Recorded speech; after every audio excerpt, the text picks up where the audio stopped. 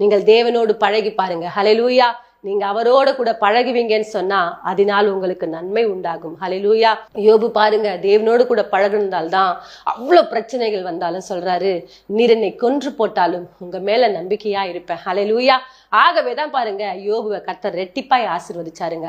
அன்பு தேவ பிள்ளைகளே, உங்கள் வாழ்க்கையில இந்த சமாதானம் உண்டாக வேண்டுமா? மனைவியே சொல்றாங்க, நீ என்ன பண்ணு, தேவனை தூஷித்து ஜீவனை விட்டுருங்க, ஏன் இந்த ஜீவனை வச்சு கொண்டிருக்கீங்கன்னு சொல்லிட்டு.